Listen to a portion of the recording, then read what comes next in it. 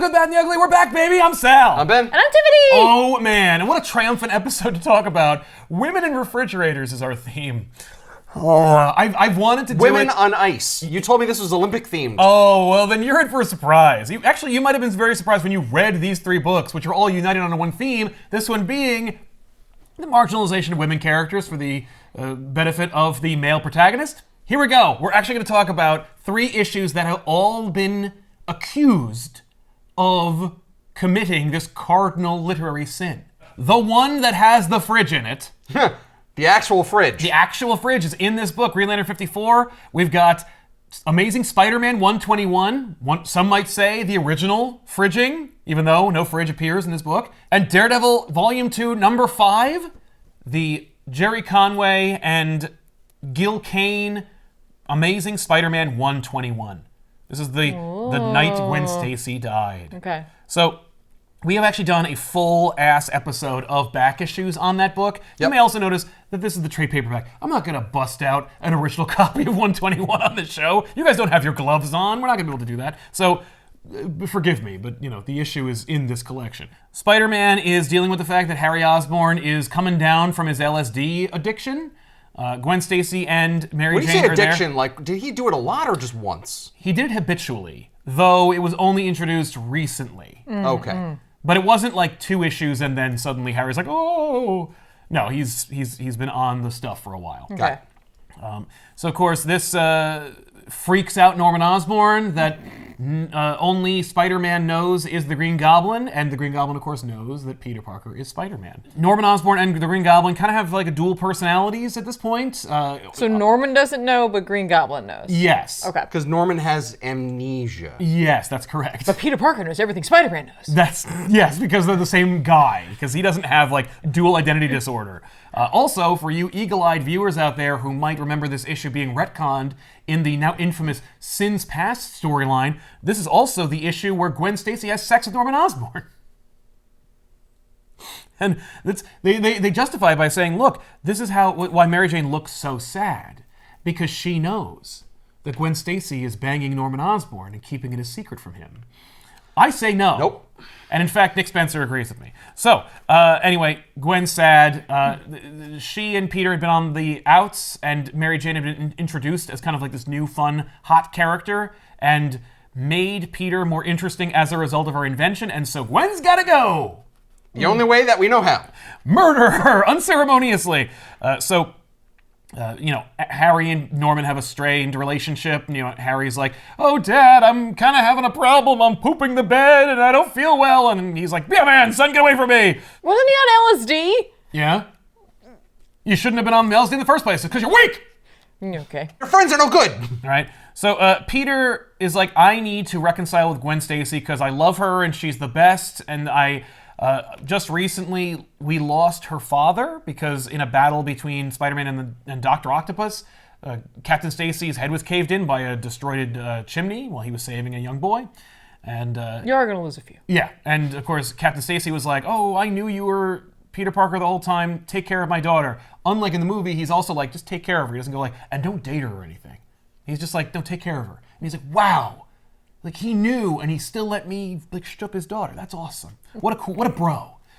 So anyway, Gwen, unfortunately, also hates Spider-Man for being responsible, albeit indirectly, for her father's death, so she's upset too.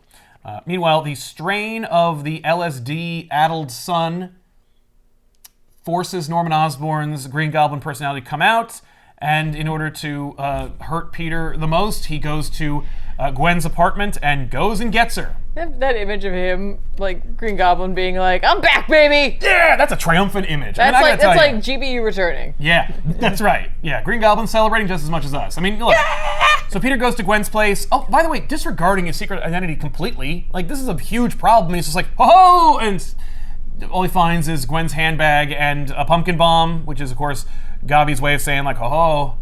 September's here.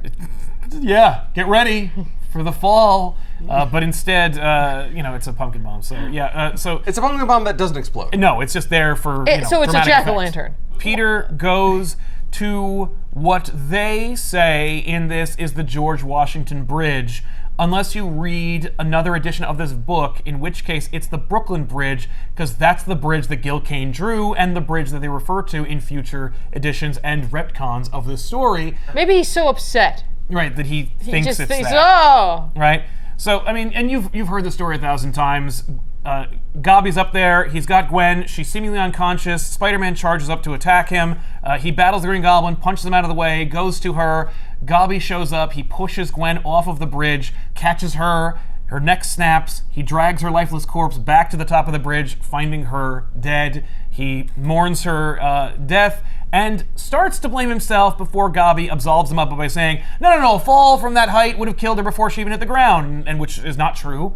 And in fact, in a Peter Parker Spectacular Spider-Man by Paul Jenkins, Gobby says to the audience that he lied to Peter to make him feel better, and actually, Peter did definitely kill her. And so that's there forever.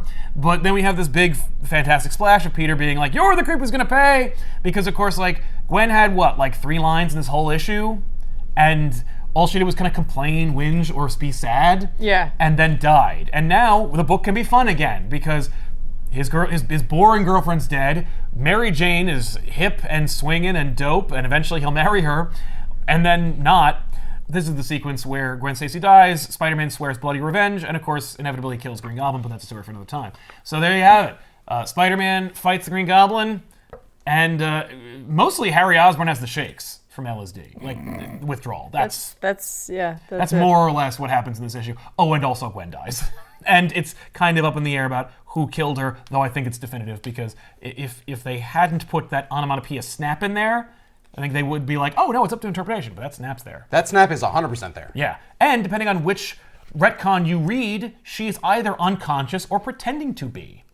Why would she pretend to be? So that she doesn't spoil, his surprise of who he is. Yeah, because Dan Slott had her be awake, so she hated him until he killed her, according to Dan Slott. Well, I hate it. I just didn't forgive him for it. And then I died. Right, yeah. So I didn't have time to hate him. But trust me, I would have.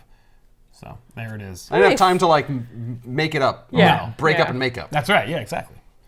But that's it. That's the first fridging of a girlfriend, I guess. I mean, we'll get to it. We'll get to it. Tiffany, how about Daredevil? Daredevil Man Without Fear. This is a Marvel Knights book. Yes. This is number 5, written by Kevin Smith, with art by Joe Quesada. Yes. Inked by his best bud, Jimmy Palmiotti, which I think is so funny. Architect of... I know why I got this book. I knew it immediately upon opening this book. You're a big Kevin Smith fan. Yeah.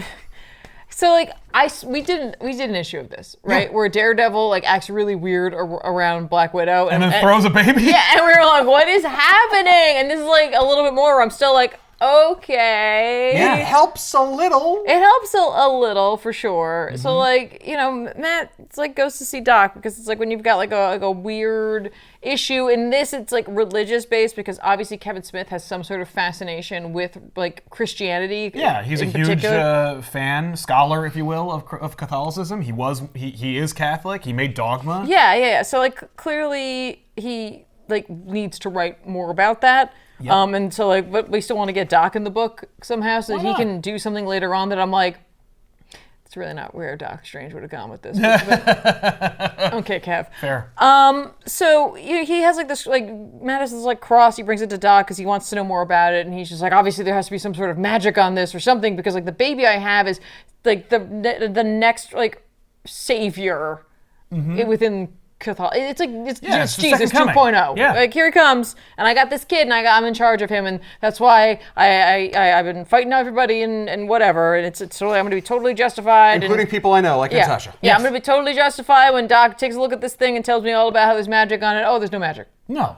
Doc's there's nothing to it. This was made recently, and it's porous. In fact, there's a drug on it. And it makes you suspicious and upset and takes over your mind. And the only reason it didn't do it to me is because I used a spell because that's what I do. Because when Doctor Strange shows up in other people's books, he's able to do things just because magic. Because he's just and obviously I'm the most clever person in the room and blah blah blah blah. Yeah. Wong is also written very differently in this. I'm not a big What? fan. How would you define differently if you couldn't use that word specifically? Badly. Hey, that's right, baby cakes. I'm here. I'm What Wong. Wong's doing it. It's like Kevin Smith wanted one of his characters to play Wong. I mean, yeah. And that's where he is. He's like, no, I pictured Wong as being played by Pat Morita.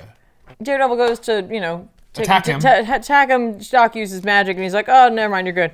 Oh.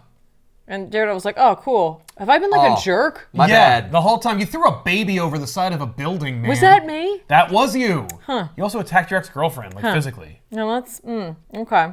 She's a spy. You should not have been able to Don't do that. No, definitely don't do that. Daredevil wants to know who's behind this, and Strange is like, I only know one way.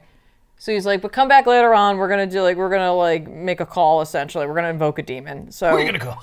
a demon, right? Oh, cool. So he's like, I'm gonna get that set up. Wong's gonna take care of you. Hang on a second. We gotta put a hard stop on that because we need to get Karen Page in this book. Like she's sitting in a park. And listen, so far there's been a lot of like text, obviously people talking, narration, whatever. Wong written bizarrely, not like I said, like not a fan. But you're at a Kevin Smith book, so we're gonna need at least a few pages of like way too much text on a page. And to devil's advocate, no pun intended. He is also kind of like beginning to write comics at this time. Yeah. And of course, he came from the school of writing scripts, dialogue-heavy scripts. So obviously, he's going to have a lot of caption boxes, a lot of dialogue balloons. It was a heavy criticism of his when he first started doing these kinds of things, and he's shaking it off. He's learning brevity. But yes, you're going to see it. Well, at least she's not like walking through the park just speaking aloud to herself. I'm going to need 6 pages of her just talking to herself and just every single tree or bush covered in a caption box. If she was doing that, it'd be like, all right, maybe we can afford to get rid of her. I don't. Yeah. Well, Karen comes and goes through this book. She's, at this point, she's going through a really hard time. Right. So we get like a background on Karen Page on the off chance you're not familiar with her. So we get like, it's just really just like Kevin Smith proving he knows who she is, I swear. Yes. Porn actress for a little bit, a junkie, a recovering addict, like all these things. And I'm like, cool, got it. Right. And now she has HIV. Yes. Karen's just like reflecting back on her life and that like obviously like Matt may need some help or something like that, and maybe she should go help him since he's always been there for her, and like maybe she should get up off her ass and do something. So she's like, I'm gonna go do that. Sure. Okay. Great. Like that's like there's just a lot of words for her to go like I am gonna go help my see if I can help boyfriend. Matt. Yeah. Even though I like dumped on him the previous episodes and like ran out. Yeah, that's right. Yeah, that's fine. Right. So I should have mentioned something earlier because there's a reference in this that like Smith mentions that Strange is like, in fairness, my mystical abilities have been like meh as of late. Which I assume, based on when this came out, is they're referencing like the 98-99 Flight of Bones Doctor Strange, where like his hands are degenerating and his like spells are not having as much. Yeah, mojo. I have to assume that's what he's referencing. I mean, that's probably why Doc is in here anyway, because I think that run was part of Marvel Knights, but I'm not sure. No, you're right. So, like, I wonder if they're trying to, like, make it feel like a more cohesive world. Exactly. I don't know why, but when you said Flight of Bones, I immediately thought of, like, Jim Darkmagic and doves, but instead they were just, like, dove skeletons. Oh, it's like, they fly out and then just collapse. It's like, oh, I am bad at xylophone. this. It, like, suddenly becomes a little, like, Constantine. Ah. You know what I mean? Like, rules and whatever. Well, where Kevin it's just did like, read a lot of Vertigo back then, so. But you know what I mean? Where, like, John's like, oh, you can't do this, can't do that, don't invoke them, don't this, like, whatever, right? It's like, it's fun, Steven would know all this, it's totally fine. Use that. Just pepper some of that stuff into the Doctor Strange It's totally book. fine, it's totally fine, whatever. But the demon he summons is Mephisto. And I'm like... It's like, that's a little too big, man. Like, Doc could just summon Mephisto? Oh, cool. Hey, in Triumph and Torment, shouldn't he have just done that and had Dr. Doom just slip out the back and grab his mom? I'm just kind of like, this feels like using a bazooka to kill an ant.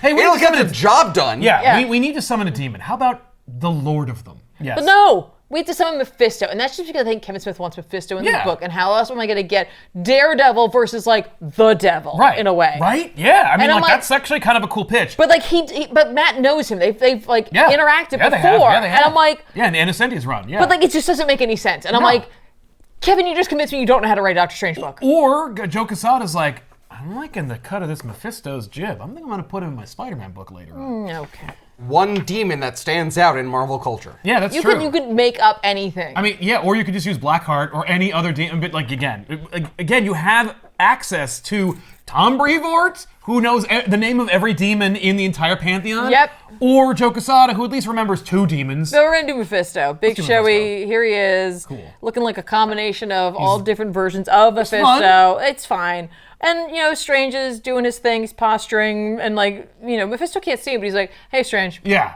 Well, who's gonna conjure me? What's up? It's not It's not gonna be Baron Mordo. Matt's like a little worried that he might figure out who it is, and it's a whole lot of just. It's a lot of posturing. It's a lot of stuff, right? And Strange asks big DE. specifically. He's like, listen, there's a kid. Is it the second coming? And he's just like, I think we all know what and here's Kevin being like, let me show you my knowledge of the Bible, and He sure does. spells it all out. And again, I'm like, I feel like Strange would be up on these texts. Or he'd be like, who cares? But what? Why would he need to do this? Wouldn't he know Yeah. that's one of those trigger things, right? Like if that happens, maybe I should be aware that this might happen. Yeah, if the Judeo-Christian Messiah is reborn, Doctor Strange is gonna get a ping on his cosmic pager. Yeah. He's gonna get an app notification that lets him know. Yeah. Oh, there's a lot of activity going on recently. I wonder why. Am I going to be into a kind of Marvel Maxian kind of Vertigo-esque story about guess Judeo-Christian so. mythology? Maybe. No? All right, fine. So Mephisto makes fun of them, and it's just like, you idiots. They say when he comes back, he'll come back as he was. So that'd be a man, not a baby, you dumbasses. Also, hey, Daredevil, what's up? It's like, who? And Daredevil's like, who is that? I can't see him either. Right. I mean, we're dealing with 2 blind demons in the story. 2 blind devils. It's kind of fun. I mean, look, visually speaking, this is where we find the real Kevin Smith fan. I think that sounds kind of fun. I don't know about you guys. I mean, I'm just saying, Yeah, Look, Mallrats is pretty cool. I'm just saying. I'm just saying here. It's pretty funny. Okay. Maybe derivative, but I mean, I get it. But then Mephisto says a bunch of because he's closing the portal on him. He's gonna send him back. Oh, before you go, you're a dickhead, and you're. And also you're losing something right now. You don't know. Yeah. What? I'm losing something? Yeah. So he mentioned something about his mom. Every son lets their mother down. He's like, oh, My mom. he just runs away. And, My secret mom, who's also a nun, and we never say it until way let's too just late. talk about the fact that at this point, because this is a Daredevil book, Doctor Strange just doesn't go anymore. It's like, well, I'm not in the book anymore. Goodbye. Goodbye. Well, I mean, the devil's gone. Yeah. You don't need me me anymore. I'm But not gonna go with obviously, you. I could help you or get you there faster. Yeah, I could teleport you or just team up with you. Yeah. That'd be kind of fun. Because I'm involved now, right? Yeah. I have, or I could send Wong and he could be No, kick I'm ass. going back to my tea. Yeah. Thank Which you you. dropped. Yeah. You jerk. So anyway, Matt goes to the Clinton Mission shelter where he comes upon a scene of horror. Everyone's dead for the most part. Yep. Most everyone is dead except for Maggie, Of course. Dame Maggie Smith, obviously. obviously. Mother Maggie. Oh, Peter. My name's Matt. It's Matt. She was holding the baby Yeah. for them, but she hid it away, and she's says all these things oh he did this to her, and he did you should have seen it. And I'm like, Jesus, stop. all right. Okay, Well, thank you. because Smith It's Marvel Max, I get it. Well, no, it's Marvel Knights. Sorry, Marvel Knights. We are pushing it. We're Yeah. not quite max yet. But Kevin is also working on a book called Daredevil Bullseye Human Target, which he'll never finish. Which also demonstrates how much of a badass Bullseye is. Yeah, I mean, I guess this guy here is meant to let you know it was Bullseye because he's got a bunch of forks in him. That just means he's done. Bullseye. Perfect, thank you. And it turns out, it's a C-lister. It's Bullseye here. How dare you? Bullseye is one of Daredevil's greatest nemesis. That's it. Bullseye being in this book is like, oh, thank God. I'm pretty sure someone mentions that specifically. Oh, no, they say it, but Kev's out of line. Yeah. Bullseye is Daredevil's numero uno foe. Oh, okay. So anyway, so they have a fight. Yep. And, Daredevil gets, shot and beat up and punched and stuff like that. Although, Bullseye's missing 2 teeth because Matt hits him in the face with it. Yeah. And then I guess he takes those teeth and throws them at him. Yeah, that's right. Well, Bullseye can use anything. I know, but I'm like, I kinda dude, dig you it. want You to wanna keep those. put Put those those in in milk. milk. You need to put those back in. Yeah. Or if the roots are still intact, you can just shove them back up there. But you gotta go to the dentist. You gotta go to the But dentist. them being in a billy club ain't gonna help you. No, that's He's true. like, I'm getting the Billy Club back, though. Yeah. Oh, okay. He At is. some point. So anyway, Maggie is watching this fight happen, and all of a sudden Karen Page is there, and she's like, I gotta get you out of here. That's how I'll help Matt. I'll get Okay. you out of here.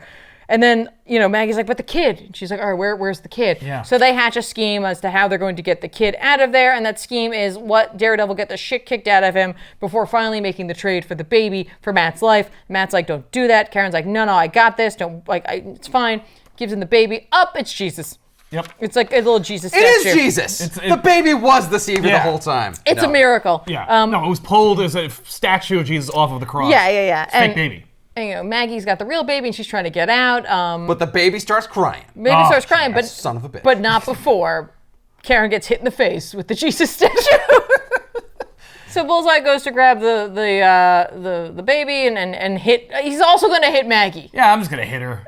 With the billy club that may or may not have his teeth in it. He's like, I gotta go to the dentist, and also this kid needs to be changed. Yeah. Anyway, I got a big step. Karen grabs the gun that Bullseye had used earlier, and she aims it at him, and he's like, nah, man. I'm Bullseye. You'll never kill me. Never leave a gun with bullets in it on the whatever. It doesn't matter. He's like, I'm always smarter than everyone else because that's what the writer wants. So yeah, here we that's go. right. I'm Bullseye. And he throws his billy club, and everyone apparently can tell that it's going so fast that it'll kill someone. Yes, a billy club can actually penetrate a human being's sternum. Right? He threw teeth so hard they got embedded into a billy club. That's true. Right. But it's still a billy club. It's not like it's a bullet flying at someone. You could probably move, take it in the arm or something like that. I think he means to hit Matt with it. Yeah, except she's clearly in front of him. It's yeah. Karen's clearly in front of Matt, and she yells Matt as she puts herself more in front of him, which she was already in front of Yeah, him. but the billy club's going so fast. I think it's just being lost in translation. The only Sure. person that would have been able to deflect it is Daredevil himself, but he's out of it. Yeah. Oh, okay. He Not is his out of beak. it. He got shot. Well, and Karen's messing up his mojo by being in the way. It's like if she wasn't there at all, he would have been able to move or catch it or do something. So Karen gets billy clubbed, and then tells him that she loves him, and that she'll miss him. Yep. And then she dies. And then she dies. The And end of Karen. Bullseye gets away with the baby. That's right. What happens next? Check out our episode of Back Issues called Guardian Devil and find out. What's gonna happen to that What's going to happen to that Jesus baby? that non-Jesus baby? Yeah. It's going to be adopted by Kevin's parents. That's what happens at the end. The baby is adopted by his parents. Kevin Smith's parents? Yeah. What? Yeah, he names his parents. The kindly couple in Leonardo, New Jersey, named Grace and Donald, adopt the baby. So, yeah. And that baby's name is suddenly It's transformed into Kevin. All right, so this is Green Lantern number 54. So Kyle has taken his girlfriend Alex out for a night on the town, and they're flying home.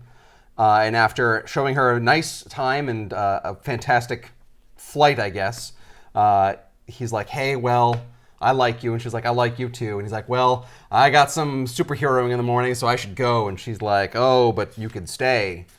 Yeah, they indicate that they're back together, Yes, right? no, That they actually- were on again, off again. So here's the quick backstory. Oh, Kyle and Alex were dating before he was visited by the Guardian to give him the Green Lantern ability, of course, or there are no more Green Lanterns. He's the last Green Lantern.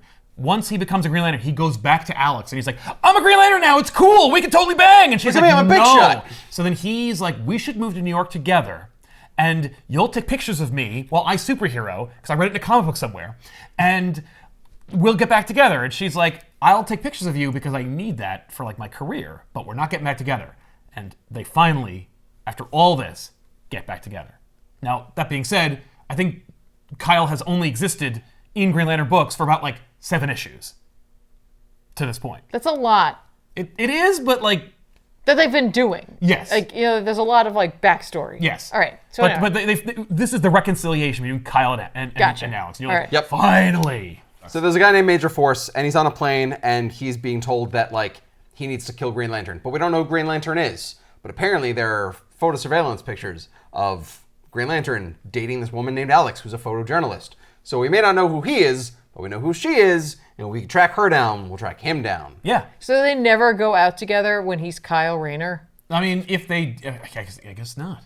Well, because remember, they're not dating. They weren't paying attention to Kyle Rayner before he became Green Lantern. Yeah, They just who said, cares? oh, Green Lantern. Yeah, Yeah. we're looking for Green Lantern. But like they seem to indicate they only know that like she has had relations with the costumed character Green Lantern. Yes. We don't Didn't put together that. we don't track her any other time of the day. Yeah, we only see her when she's with Green Lantern, not every other time when he's Kyle Rayner. We're not going to snoop on her apartment. That's creepy and pervy. Oh, We don't sorry. do that, and we'll also go there. Anyway, Major Force is like, leave me alone, let me do my job, and land the plane.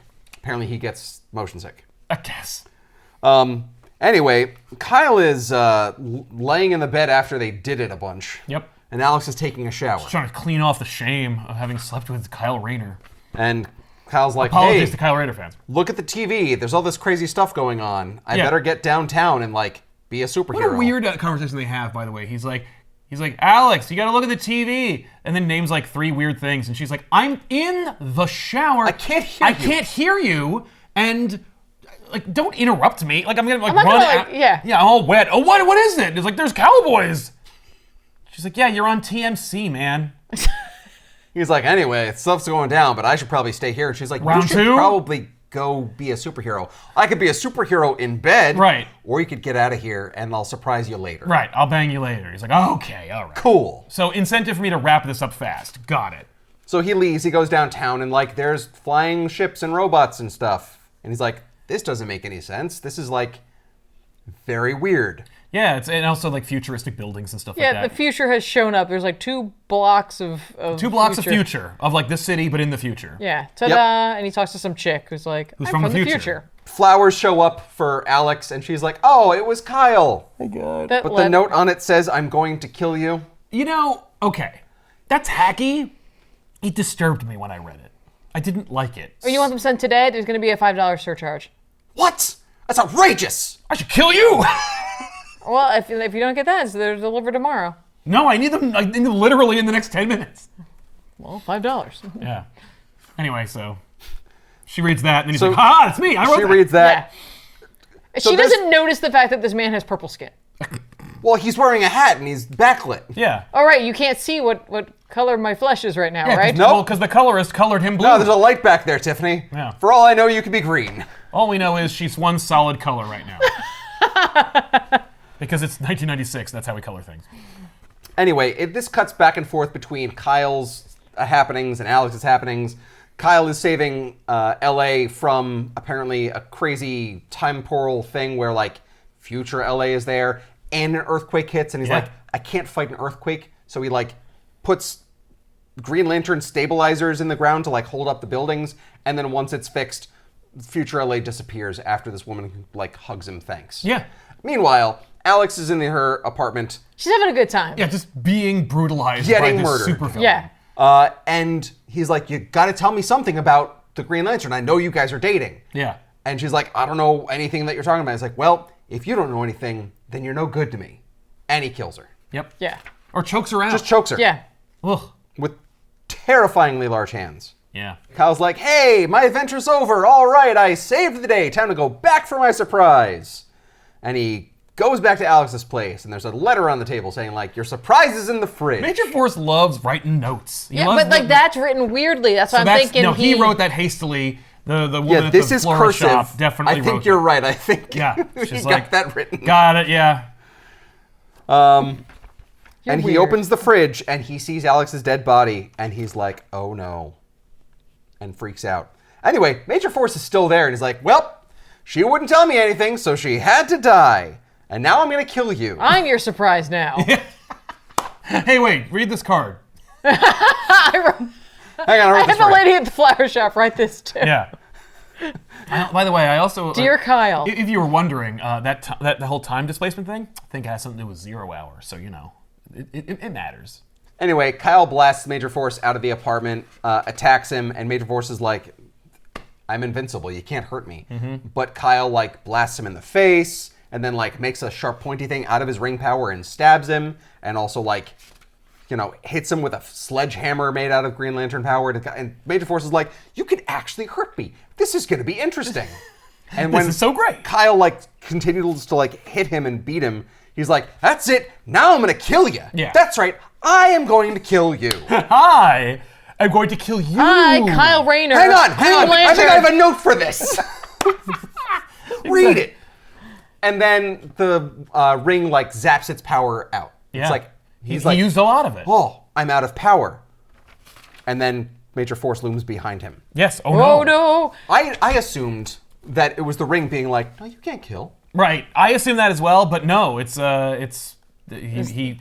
He used up too much energy. Maybe what's in the box is a lantern then. So- and he's gonna get It back. might be the I just want to like. I know it's just probably an art error, but if you don't take it as an art error, it's just creepier because she's wearing like workout clothes and like socks here, and then in the fridge she's clearly wearing a set of high heels, and I'm like, did Major Force like dress her up and then put her in the fridge? No, Right? Tiffany. He undressed her and then dressed her up. Yeah, Gross. I'm like, again, Yeah. I'm sure that's an art error, I'm sure it is. but Yeah, because. But if not, it's worse. Yeah, it's it's so much worse. But yeah, so those are 3 unfortunate ends for 3 women who didn't deserve to die. so what are What's our criteria here? Yeah, like, This is how- more like a how do- spotlight episode. how I do was we going to say, vote? what's the good, the bad, and the ugly? Which Okay. is the best? So like, there's no best, but like my argument is It's Spider-Man. it's Spider-Man because Gwen isn't the first person to die to change his character. Right. Uncle Ben dies, and that is the thing that most informs his character. Yes. So I would argue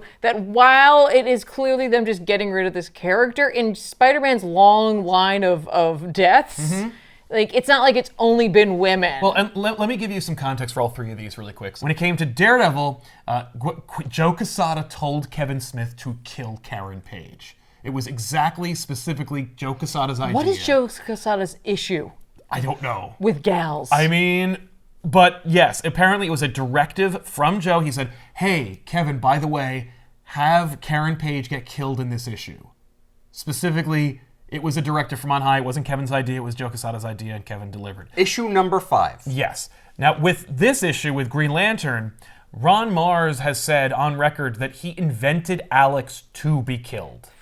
That she was introduced as Kyle's girlfriend to die. She was only introduced maybe 7 issues ago. Yes, but like she appears in the same issue that Kyle appears in. Like they appear like Lois Lane and Clark Kent, Yeah, actually. sons. But she was invented to die, and she was always meant to be this kind of cautionary example for Kyle. It completely embodies the problem people have with the trope, which is that she is not really a character. Now, he also went out of his way to be like, I wanted to make her a fun, interesting, well-rounded character, so you missed her. Like, Yeah, so I gave her history and like and it had personality. weight. Like, when she died, it wasn't just, oh no, his girlfriend died. It was like, no, a character has been killed. But, and made it a little gruesome on the page. well, and that's the other thing is the she gruesomeness. fights for her life. Yes, it's gruesome. The death sequence is gruesome, but the thing that makes it infamous is the fridge.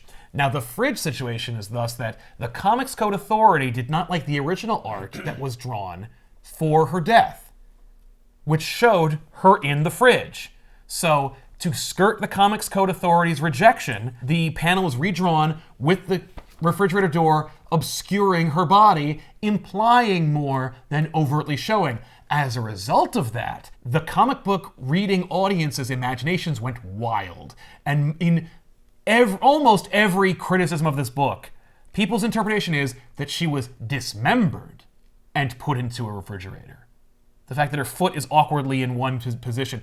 People's interpretation was much more gory and gruesome than it actually was. This is the original panel. Yeah, that is what I kind of assumed was in there. But again, I don't know why she's wearing shoes now. Yeah, I'm telling you. No one has ever really talked about like the implications of her changing dress. I think it's because we have multiple artists on the book, and so as a result. But like that's messed up. it's pretty gruesome. I mean, That's pretty awful. Anyway, you slice especially it. because it's like, okay, there was literally no reason for the fridge to like. That's my thing. There's no reason for the fridge to be No, to be part of this. the implement. Yeah. Like, she was dead. It wasn't like she was still alive and he angrily threw her. No, she was dead. She was dead, and then he placed her in a refrigerator just to be more sadistic. Yeah, that's why he wrote a note. Yes.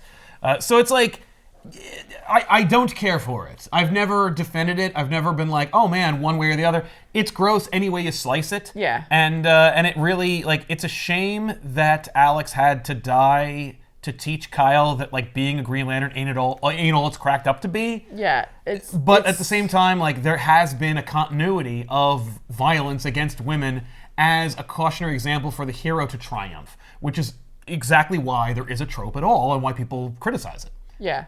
But if we had to decide, like, but now knowing the context of all three, this is the worst. It's easily the worst. This is the second worst. It is because for a number of reasons, but also because Kevin doesn't understand Doctor Strange.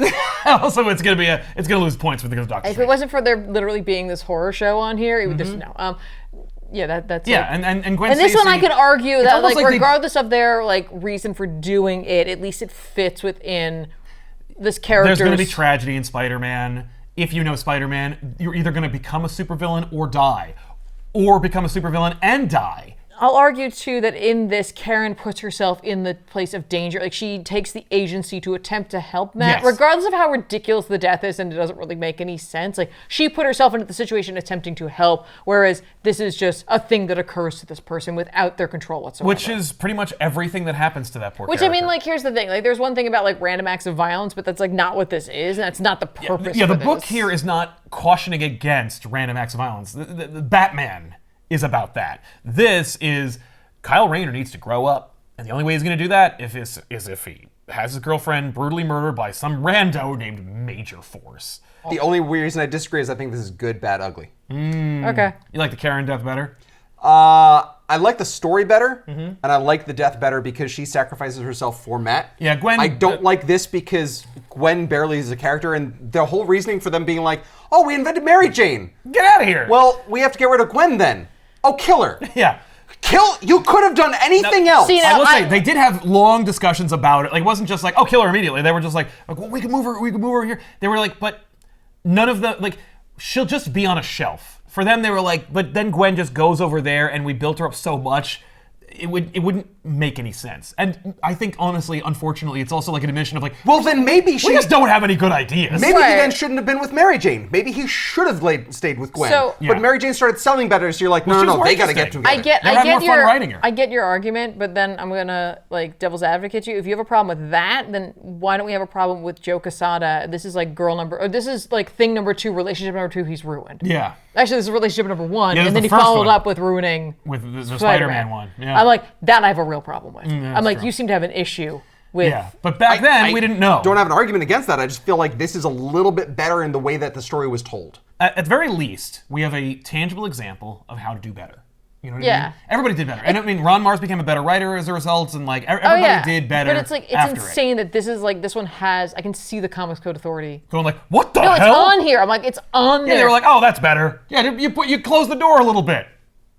I won't be able to extrapolate any more horrors from that. You won't go like, could you not do that at all? How about just remove the entire sequence? People have died in comic books before. Yeah. We've been okay with it. I don't mind a giant man clasping his hands around the throat of a young, unpowered woman in her own apartment in her underwear. That sequence is totally fine. No, she's in a workout gear. Yeah, but it's like, it's just like, but that's perfectly kosher. But that refrigerator sequence, I mean, it's all gross. But yes, I agree. We still have a definable ugly. We know what the ugly is. But yeah, women in refrigerators. It was. It's an interesting trope. Is the wrong box still a thing? There is. Nomination for the wrong box. Yeah, I really don't like it. I think that's fair. I would say no. It didn't affect me that much, but again, just because like I read it just as a one-off. Yeah, the book itself, outside of the brutalization, is just your standard comic book fare. It's not like a complete failure in every regard. However, its impact does make it that much weightier. I think the fact that it has that, like, the fact that it's such an innocuous issue, but for these 2 panel sequences that make it infamous. It's so, everything surrounding that moment is so flimsy. Yeah. Like, everything is so flimsy about this book. Like the future showing up to like distract LA. Or even like their relationship at the beginning, the motivation of the how they're gonna get Kyle Rayner doesn't really hold up. Like, it just doesn't work. No, it's like Mars is like, yes, I finally get to the part where she dies. Now I just need to make sure it happens. Everything is so flimsy about this book. Well, you know what? We'll leave it to the audience. Ladies and gentlemen, in the comments down below, let us know, does Green Lantern number 54 qualify for wrong box material? If so, we'll let you know on the next episode of The Good, the Bad, and the Ugly here on ComicPop Returns. We'll see you guys next time. I'm Sal. I'm Ben. And I'm Tiffany. Thanks a lot for watching, everybody, and make sure to like the video, subscribe to our channel, and keep on reading.